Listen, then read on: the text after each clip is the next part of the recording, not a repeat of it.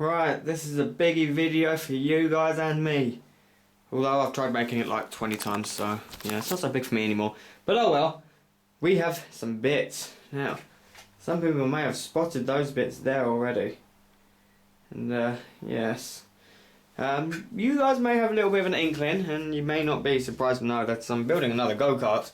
Some of my friends already know this, but anyway. And there's another thing you may need to know.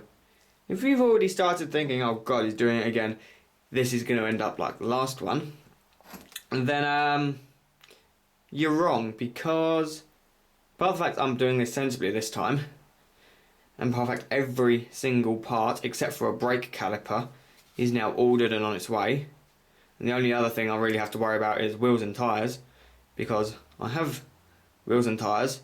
I have 4 wheels, 3 tyres, which is slightly awkward. I need to get another tyre, and one of them's punctured and the other one, which is there, is bald, but oh well. Other than that, everything is on its way. I've already spent heaps of money, loads of things are coming, and the best part is I've decided that this video is not going to be uploaded until the go-kart is complete. So if you're seeing this, the go-kart is complete and working. Probably minus a paint job, but anyway, it will probably be working when you see this. So this is going to be the first video. I'm going to show you all the bits that I have and don't have, and also the parts that I have which aren't here. The things which aren't here consist of 3 wheels and a seat. They are the only bits that aren't here at the moment. So, I think so anyway. Yeah. Oh no, and the steering wheel's centre cap. I do have the steering wheel. Steering wheel's down here, and it's actually not a bad looking steering wheel. I quite like it. There's the steering wheel. We'll go up this way. Centre cap goes there, of course, and I do have it. I need to get that too. I do have another 3 wheels. That there is actually one of the front wheels. It's quite big. Now I have to go through and show you all the things I got for free. This axle. This here I've also got for free, but I'm not using it on the kart. This here came off of something that came from school, which was free, but inadvertently I didn't plan on using it. I am now. Oh, sorry. That wheel came got for free. This front axle, tractor axle, I got for free. In here we've got this stuff here I didn't get for free. This stuff's I bought. 1 bearing. Bearing times 2. Chain. And pedals. So that's all that stuff that I've got. I think we've got a clutch. It's not a bad clutch, it's quite heavy actually. It's not as big, it's not as small as I thought it was going to be. I thought it was going to be a lot smaller than that. I've also got an engine ordered, that's on its way. Honda GX160 clone. I'm not buying a real one because they're too fucking expensive. We got a it's a sprocket carrier. I do have a second-hand brake disc carrier coming, and brake disc with master cylinder. It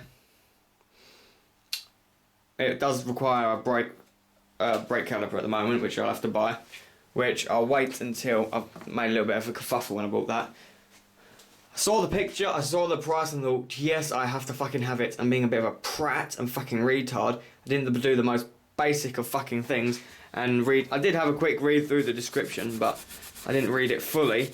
And there's nothing which says brake master cylinder. It says brake unit, which doesn't seem to make. It uses brake disc and brake unit in the same sentence, but it doesn't say nothing about a master cylinder, which is actually what it is.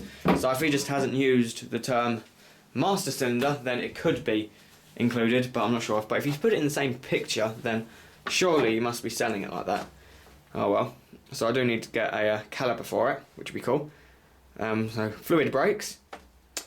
There's not that many other parts going except for the engine and braking system and a sprocket, which is... The sprocket is the last thing I really need before I can start getting the axle together, except that I need to wait until next Tuesday to get this piece here finished off. At the moment, it is Tuesday. Today's Tuesday, so I've got to wait a week before I have both of these finished. I've got another one here, which I need to get off of that shaft. Originally, I didn't plan on using these, but I'll show you why I need them. Because I knew that this is a 20mm shaft which fits the wheels absolutely fine. And I couldn't find a 20mm carrier like this. They've got 25s, and I could probably make a 25. I could make a sleeve which has the 5mm difference to make up for it. But a 5mm, that's going to have to mean that it's 2.5mm. It's going to have to be a 2.5mm thick piece of metal, so it's going to be quite thin, and I'd rather not have that. So I've decided to make the piece which I'm actually going to be making for the shaft. I wanted it to be a bit bigger so it'd be easy to make. To be honest, all I would have had to have done is get a shaft, drill a 20mm hole in the middle, and then machine the outside down to the right thickness. But I didn't. It came to my conclusion that, well, it came to my attention even that these pieces, which were off of that axle, which came out of that hydro transmission up there, which I'm rebuilding, they fit the shafts perfect because these are the same size shafts that fit the wheel, but they don't fit this. So instead, I've decided what I'm gonna do. I'm gonna weld that there. Maybe I don't know, probably just about there, flush. Once it's welded on there, cut it off, take it to work, machine it down in the lathe so it fits this carrier. Then bring it back, grind the weld off, take it to college, and machine a keyway in it, like so. Then when it comes to putting the axle together, all I have to do is slip onto the axle where I need it, then weld it all up, fucking vibrator phone.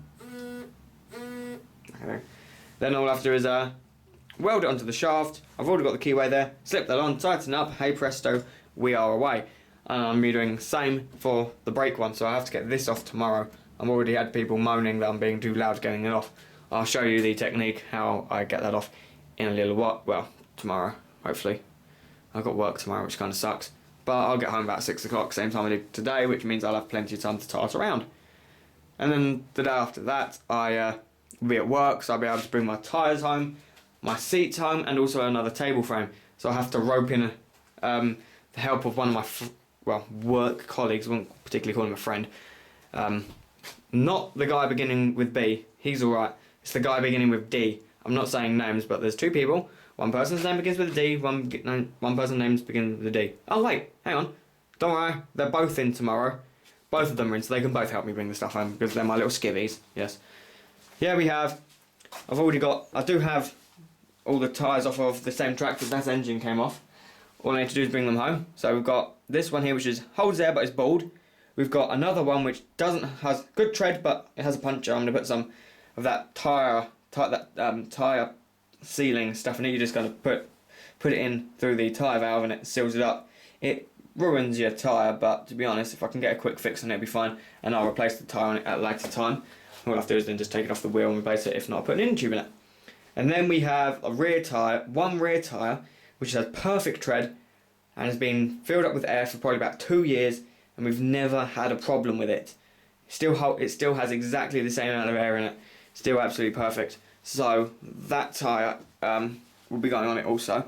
But the reason I managed to get that one is because this transmission, as you'll see, has the wheel slips onto this shaft like that, and it had been greased up and it came off absolutely fine. There wasn't a problem with that. As for the other tractor which we're now driving, has the same transmission, same axle, but they have drive hubs on here, like a flange kind of thing, with a 4-bolt mounting pattern. And the wheel's been taken off by the bolts every single time, rather than the other wheel, which kind of looks similar to that, just without bearings, and just slips off the shaft on and off with a keyway. Which is another problem. I've got to try and find out how the fuck I'm going to be able to get that, well, basically this, looking like that, so I can get it on with a keyway. If not, I'll probably end up having to get a keyway, grind it down really flat, and weld it on at each end, which might be a mission, but we can try it. If not, we can always just grind it off again. I'm sure I can tease work into buying some more of this, because that's the last bit. I stole it.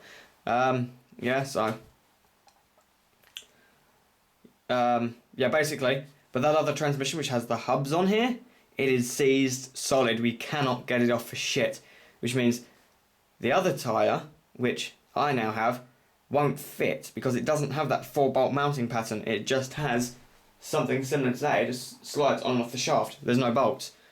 It's a little bit of a problem for them, but works out quite good for me. So I get. Though I also have one rim which doesn't have a tyre on it.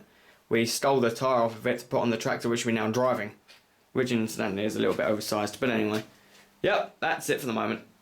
Yeah, looks good though. I think I did mention all the other parts I've got in there. We've got the front axle, got an engine, everything else is on the way. Wheels done, sprockets, all that is all ready to be done. Got to do that. I've got to get this thing off tomorrow. You notice that one's shinier than that one because I've just given it a light rub over with the grinding, with the sanding wheel even. Probably not the best thing to do, but I don't know, it's still in mainly good. It's still roundish. It's going to be having a few millimetre shaved off that yet. I'll use a micrometer to measure the inside diameter of that. Actually, yeah, I'll measure that and compare it to what the actual measurement should be from the manufacturer and work out what size I'm actually going to make that, because this here is actually going to, the inside diameter is going to change as and when that bolt's tightened up. So I want it to be able to slip on smoothly, but I still want it to be tight when I do up this bolt and compress it. If it's too big, then it's not going to, it's going to be a bitch to get on, and tightening this up won't really compress this onto it.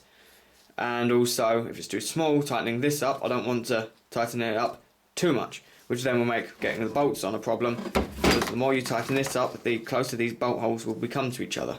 So yes, and also I don't really fancy like having to crank that bolt up so fucking hard, just because that's a little bit too small. Yeah, you'll see a video of me doing that anyway. I'm planning on doing that this week at work, but first I have to get some welding wire so I can weld that on and then cut this off. I'm going to weld it all up like this and then cut it. And then I have to do that one. Will look exactly the same. I have two of them, which I'll go and machine at the same time. But anyway, I am going to go inside and go sleep, because I'm knackered. See you guys later.